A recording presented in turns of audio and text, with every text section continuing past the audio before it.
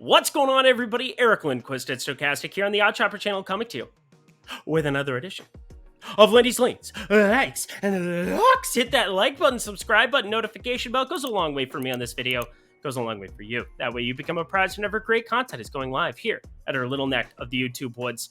We're starting to get some momentum going here. I feel like the reads were really solid. I know it's going to come down to the wire here with the Chicago and Milwaukee game. I know that's the thing everybody's got centered. It's what I covered on Lindy's Locks update over on my Twitter. You can find that at Eric Lindquist. That is going to be a video that I do. It's usually 10, 15, 20 minutes. It depends how frisky I'm feeling, but it also depends on how many locks I have. Only one on the board today. Still to almost talk 15 minutes about bullpens, about AAA guys you've never heard of that were in the lineup for Milwaukee. I think it was a really good spot at minus 150, and then it dropped to minus 135 over at BetMGM, our friends, and that was fantastic stuff. So was involved with that. Hopefully it's 1-1 right now. Can we get some Justin Steele action going here? That would be great. That would be great. But also some other good reads on the board. Felt really good about Brian Bayo's outing. Watched most of that tonight. Lots of pieces across the board.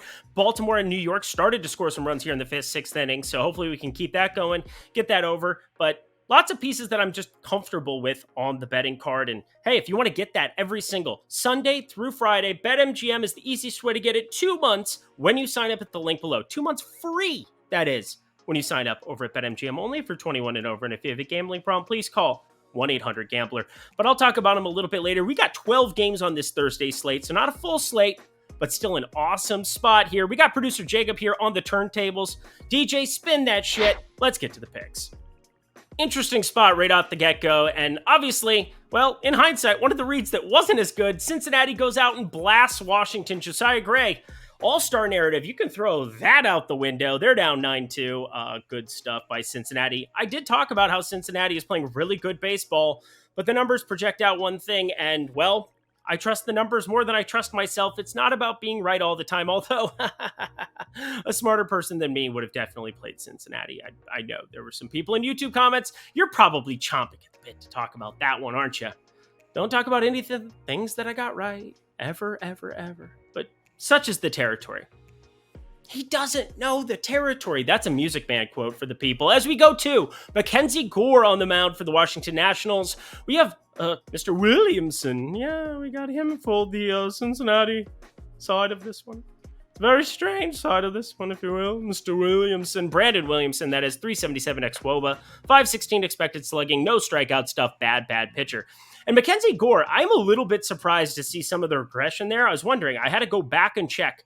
I haven't bet any game he was involved in for over a month, which is a little bit wild because he came out of the gate hot. He still has a 28% K rate, which is generally something that's a little sexy, a little attractive to us former DFSers, or not former. I still play DFS, but I'm saying people who started in the DFS streets jumped into the betting streets over the course of the last 7 years because, well, we're just better at projections than most. So there you go. We're looking at Mackenzie Gore, 46.6% hard hit percentage, 348 ex-WOBA, 456 expected slugging. Wild numbers for a guy that I thought, well, he definitely was the prized, coveted jewel of that entire Juan Soto acquisition.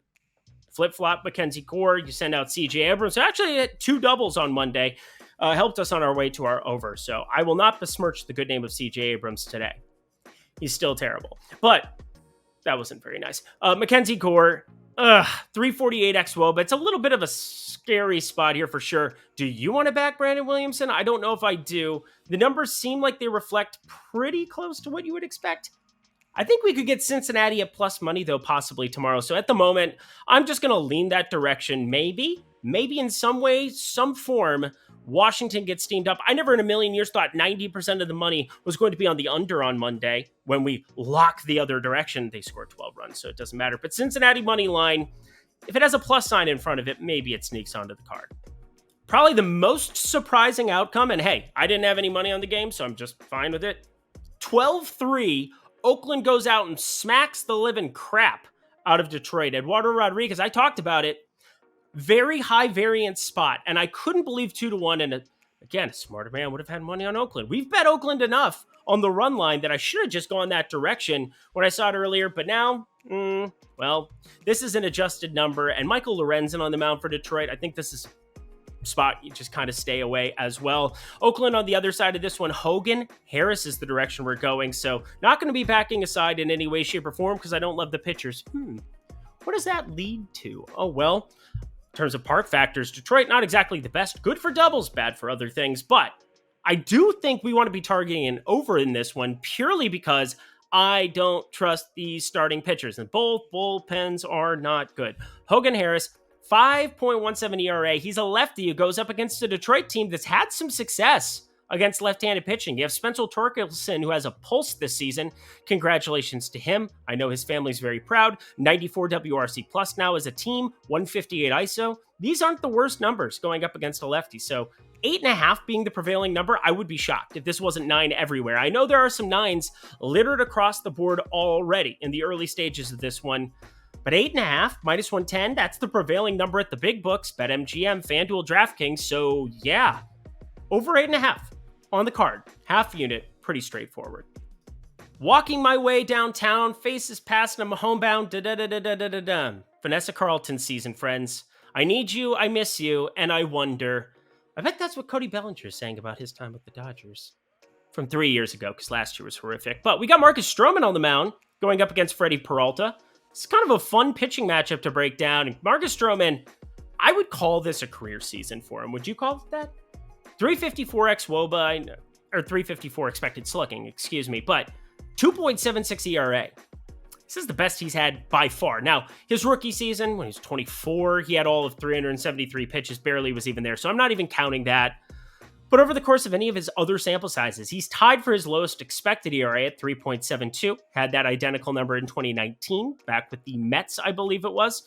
Let me double check my work. Yes, it was the Mets. Good job. I can remember things. But overall, Marcus Stroman, the K rate goes up, but also does the expected slugging against lefties like you would expect from most pitchers. Again, I like seeing the strikeout stuff that has the potential there because Milwaukee overall, they are going to K. They are going to K a lot. They are going to K. How about Freddie Peralta, our guy, fastball Freddie? Pretty fascinating spot, 26.1% K rate, 9.4% walk rate. Not really going to be attacking that one per se, but I will attack it with one bat in particular, and it's a guy that I do expect to start hitting a little bit better. Kind of talked about him at the onset. Cody Bellinger, down to a 27.6% hard hit percentage.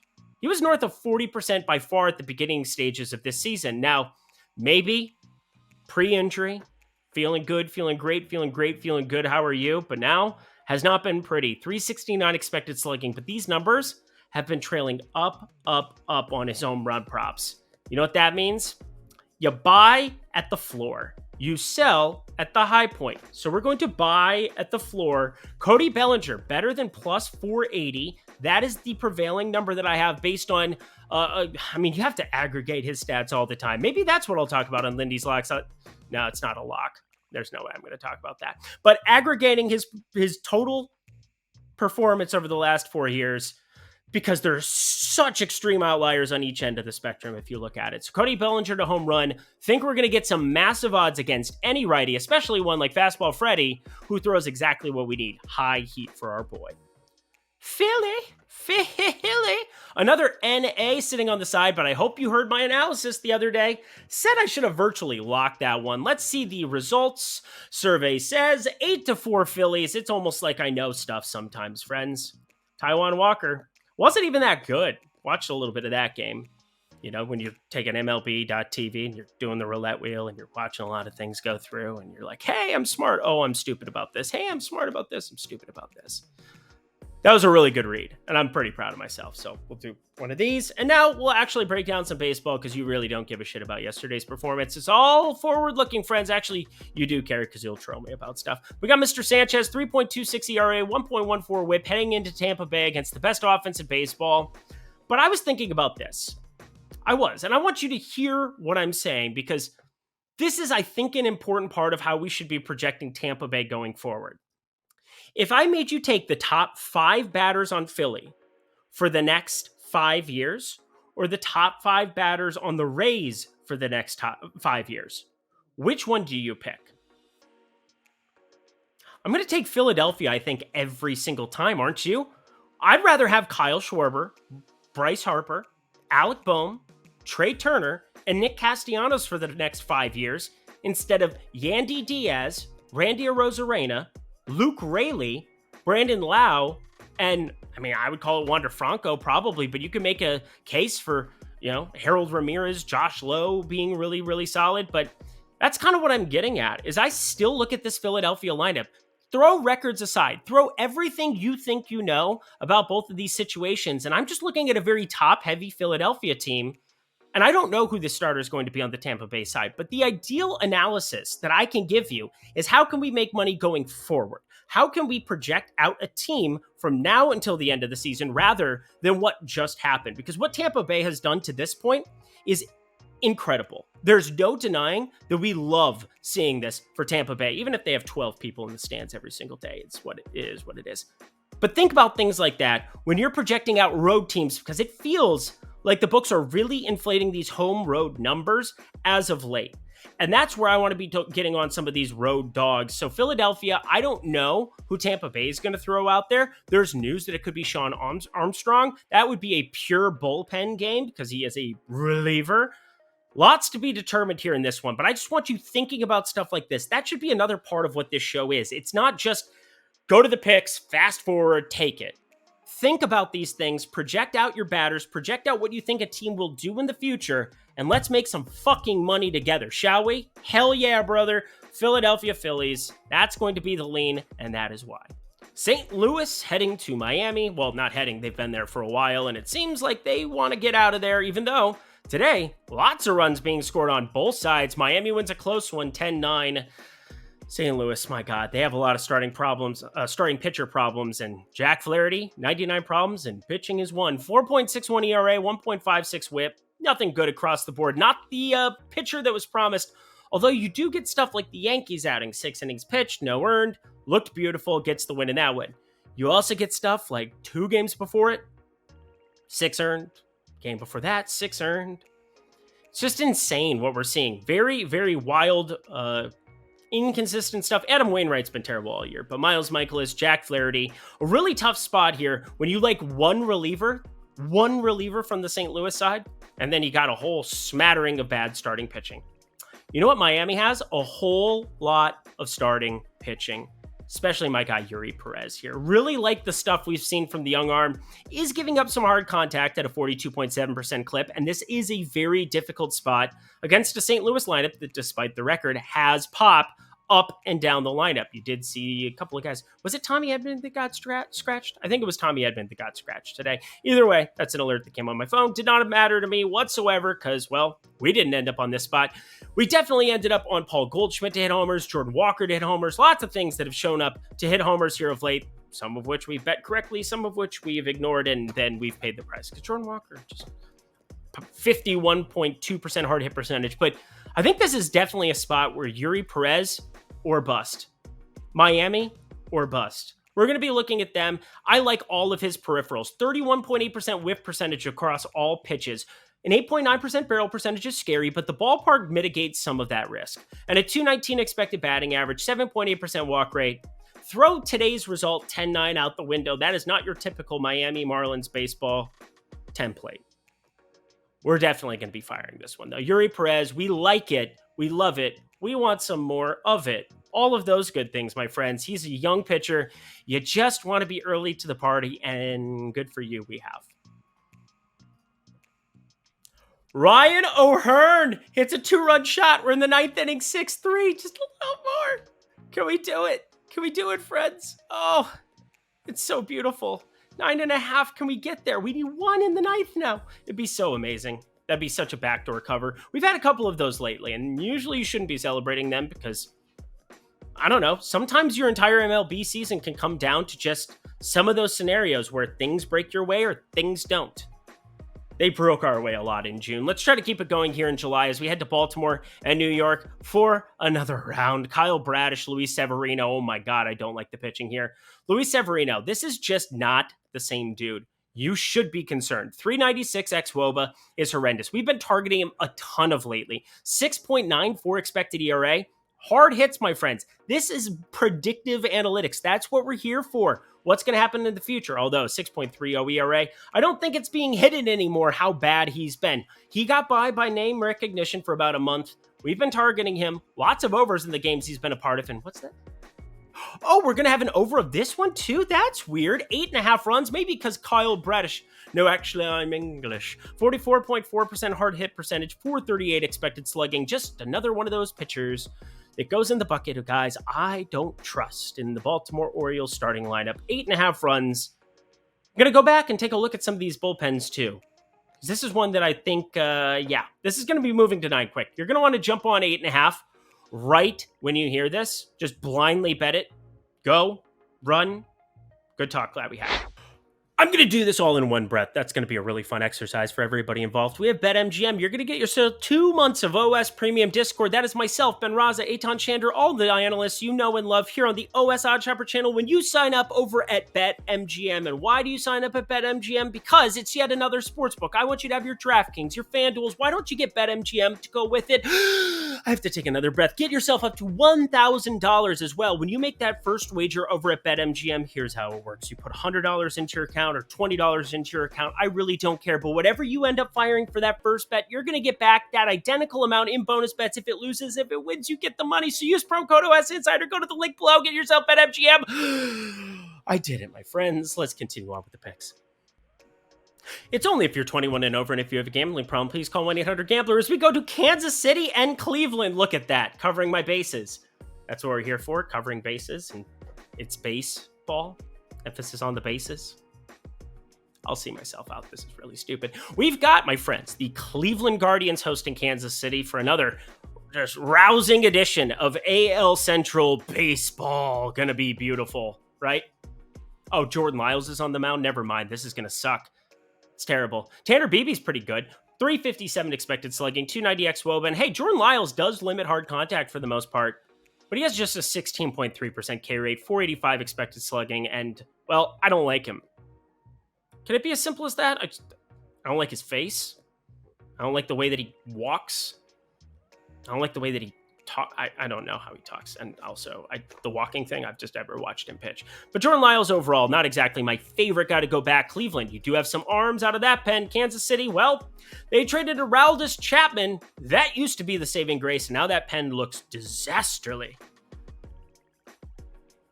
This game is just awful to bet. Cleveland -1.5 is where I'm leaning, but literally nothing projects out well. Look at the weather, look at the batting props. In fact, we don't have a ton of props on the card here for today, so just pay close attention. Lots to be determined coming into tomorrow. Texas Rangers, we go to Fenway for another great rousing rendition of Nathan Eovaldi and Cutter Crawford, and I'm kind of excited for this one.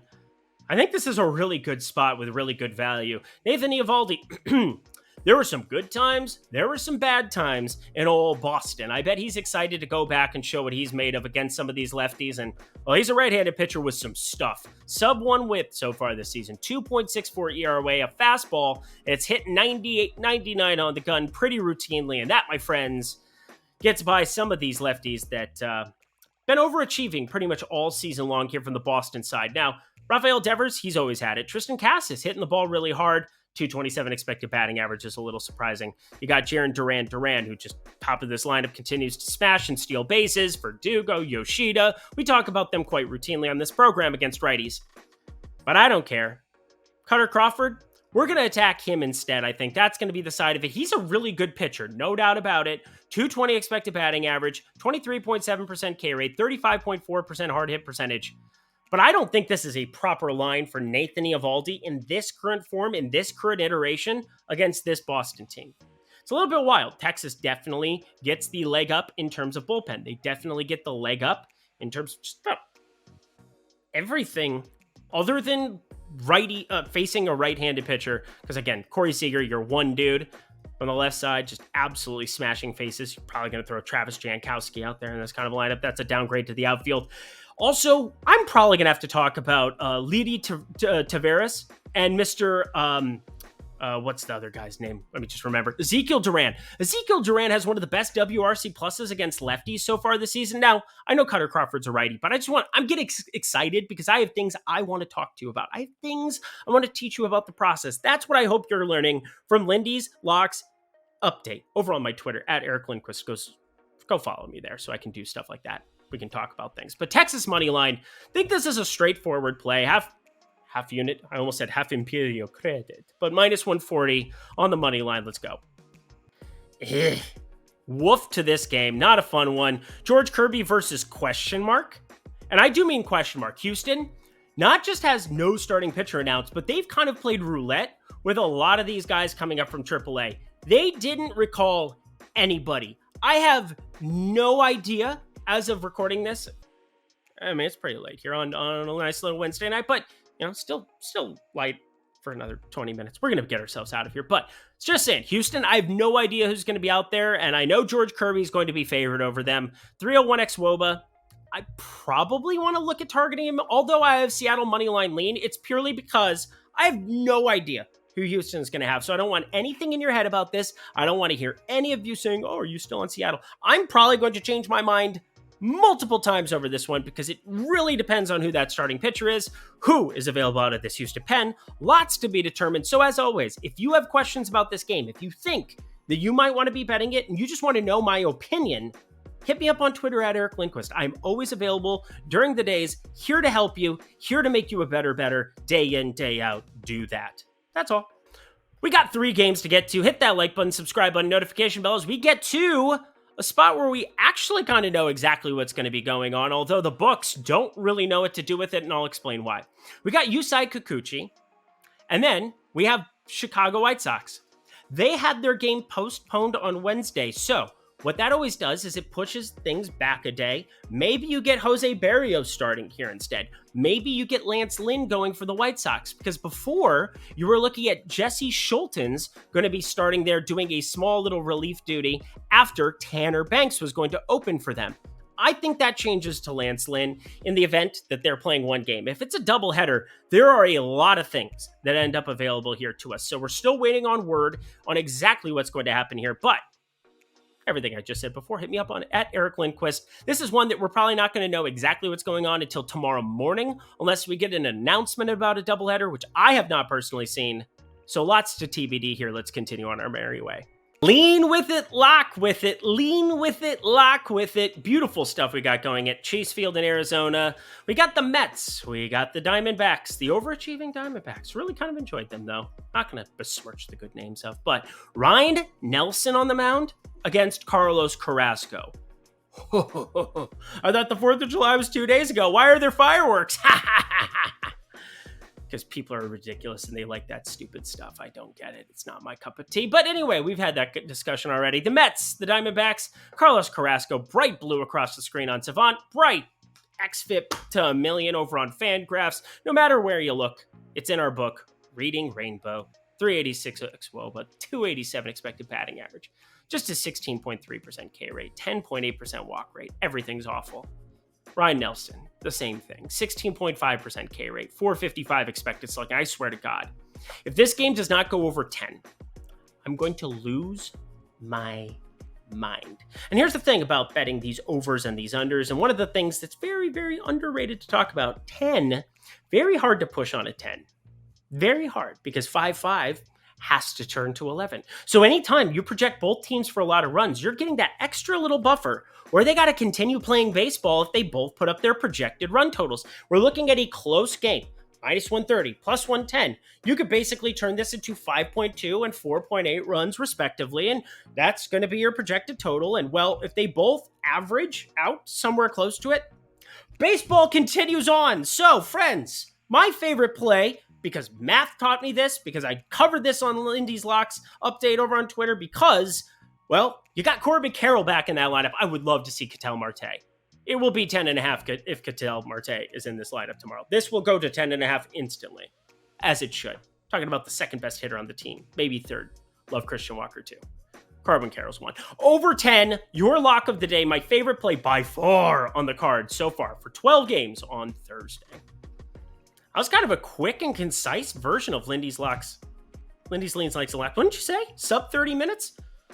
Sometimes I want to talk a lot. Sometimes, I just crush a lot and we just get ourselves out of here. I just saw that the Brewers are up 3-1 though. Well, that's fun. Great. This will be enjoyable. Dodgers, though, facing Pittsburgh for what feels like the 48th day in a row. We got Johan Oviedo on one side of the mound, Julio Urias on the other side of the mound. He's going to have to carry a lot of the weight for the starting rotation with Clayton Kershaw on the shelf. Obviously, they have a lot of pitchers hurt. I don't know what's going on with the Dodgers starting rotation, losing weird games to Pittsburgh on Tuesday. It was Wednesday. I'm sure they're going to blast them to smithereens. I hope so. I bet the over. Bet Dodgers as well. Hopefully we can get the two to correlate together. But I think we're going to be looking at a lot of the same stuff here with Julio Urias, 34.1% hard hit percentage. He is a lefty. I like that.